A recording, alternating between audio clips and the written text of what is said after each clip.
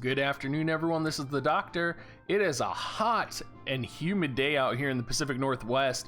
We are pushing 85 degrees right now. The air conditioner is going, and we are still melting out here. I hope wherever you guys are at, you are having a good day. If you are new to the channel, remember to hit subscribe. And I do apologize just a little bit. Usually I have some slides for these types of videos, but we are in the middle of moving, so I have been a little preoccupied doing that. So if you guys are only seeing one video per day, it's because I did want to just keep putting out some content while we were in the process of moving, and everything should be back to normal by the end of the week. We are currently surrounded by boxes and everything's packed up. You're going to see me wearing the same clothes for a couple days. I found my childhood hat. So we're going to go ahead and talk about whether or not you should pull Warrior of Light, and it's just going to be a little bit casual.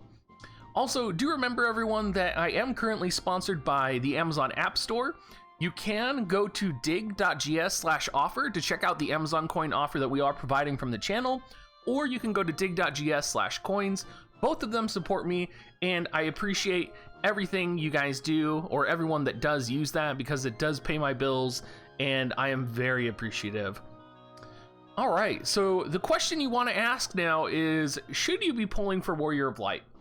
And I've seen a lot of people messaging me, a lot of people asking questions, a lot of people asking about the banners.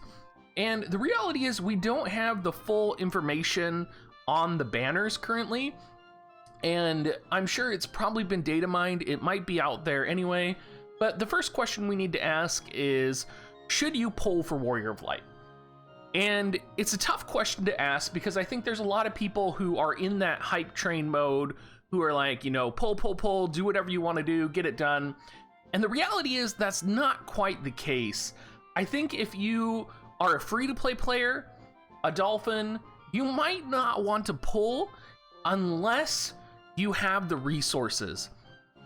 The reason I say that is particularly in response to how they changed the 10 free 10 pulls.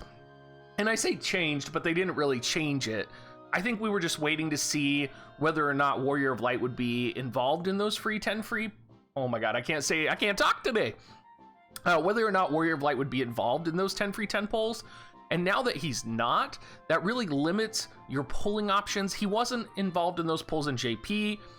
And so it really limits your options if you're not looking to spend money or if you haven't been saving resources.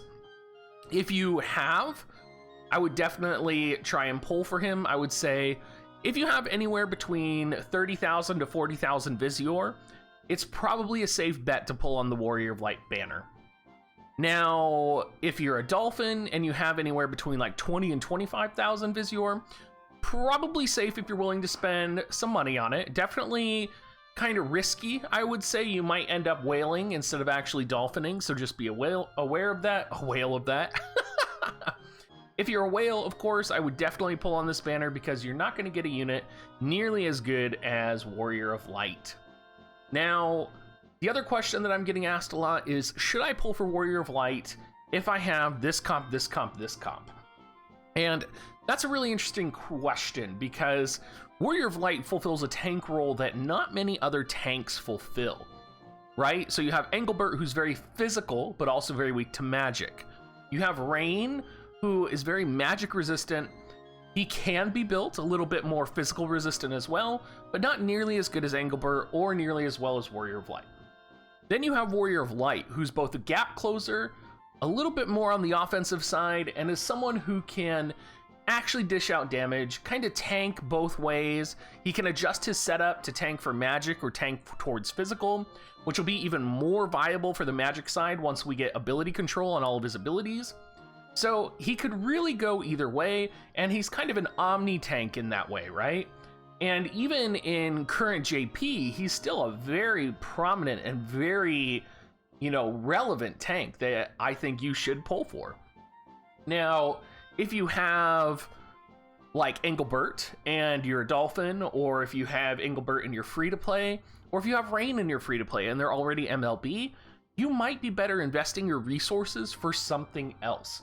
You might be better investing your resources for like Kyofe, who's coming out here in the near future. if you already have that tank role fulfilled, you might not need another tank. Another question that I'm getting asked a lot is about Death Machine. And the question is, should you pull for Death Machine? And honestly, Death Machine is a very interesting unit, Esper, and card. Sorry, I said unit, I meant Esper.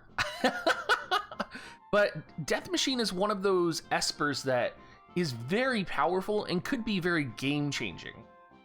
If you think about how versatile Golem is, I personally think Golem is the most versatile Esper next to Odin. And I would actually make the argument that Golem is actually more versatile than Odin because he can pretty much be put on any character, and that defense up and that man-eater is going to be useful. Or that defense up for like Ayaka, for example, to help Ayaka or Medina survive if you're trying to go for like a defensive build on them. Maybe not as relevant now that we have Platinum Rod or Platinum Robe for those characters, but still I would say very relevant.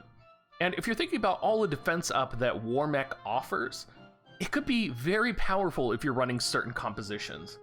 So what compositions do I think War Mech would be really good in? And I honestly look at compositions that really focus on double brawler units.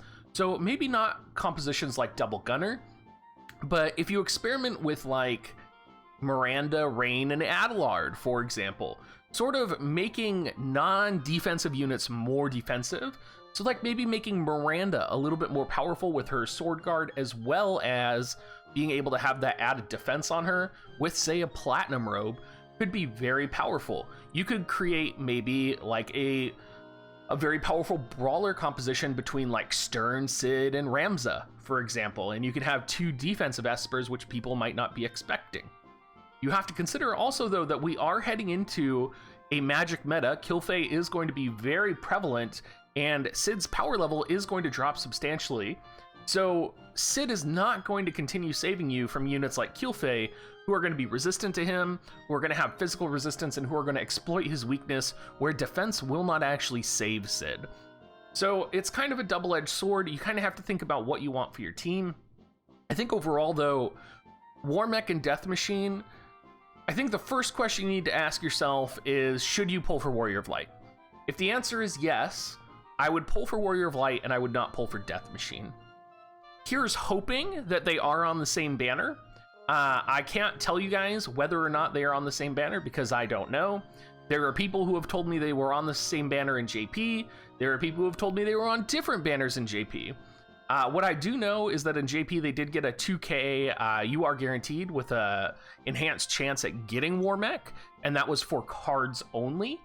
And so I don't know if the banners are going to be split or combined, and I think that will also factor into your decision making on whether you should pull for War Mech. And you should definitely do some research before you decide to pull on either of these, because if they do have a combined banner, I would say that's even better to pull on them, because then you're having a chance to get both units. And I think that would be totally worth it, especially if you're someone who has like 10k Visior and you don't have any very powerful Espers. This could be a really good banner for you to pull on just for War Mech to sort of enhance your composition. Some important notes here. I would not recommend pulling for the War Mech card. I don't think it's a good idea ever to max out any limited time cards, because it's going to be even more expensive than maxing out limited time units, right? Because limited time units are going to have so many like different ways for you to get shards, right? So like even bare minimum, if you did the bare minimum and you pulled Warrior of Light, you're only going to need 360 of his shards, and you can buy those from Visior. How are you going to buy the War Mech shards is the question. You're probably only going to be able to get them through duplicates, or through pulling, or through buying a limited amount through the shop, which means you're going to have to pull more, which is going to be sort of not good for you. So I would say, don't focus on the War Mech card. Don't be pulling for the War Mech card. You should be pulling for the War Mech Esper. You should be pulling for Warrior of Light. If they're both on the same banner, that's twice as good. You should definitely pursue that. However, if they're on separate banners, I would say always pull for Warrior of Light first. Only pull for Warrior of Light as well if you have the Visior stocked up to actually guarantee that you get him. Of course, there's no guarantees in this game, but I would say 30 to 45k, you would probably be guaranteed to get him. I know everyone has heard of the 100k Visior Deegan story, and I know Deegan's probably watching this video right now.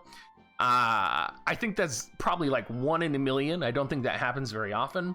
And honestly, I think between potential step-ups or potential guaranteed banners, you will probably get Warrior of Light if you have 20k Visior saved up. So I would say within 10 pulls, you'll probably get him. That's about my average for even my worst pulls, and I always seem to be pretty successful there. Well, everyone, thank you so much for watching. Thank you for dealing with this while we are moving. I know it's a little bit unconventional. I know I like to show a little bit more information on screen for everyone, and I know that it's a little bit unusual. If you guys do like this style of casual video, though, make sure you let me know, and I can definitely do a little bit more of these. It would not be hard. It's just trying to organize my thoughts without something in front of me can be just a little bit difficult. So please let me know. Just be aware we are going to be doing a big show tonight on Twitch.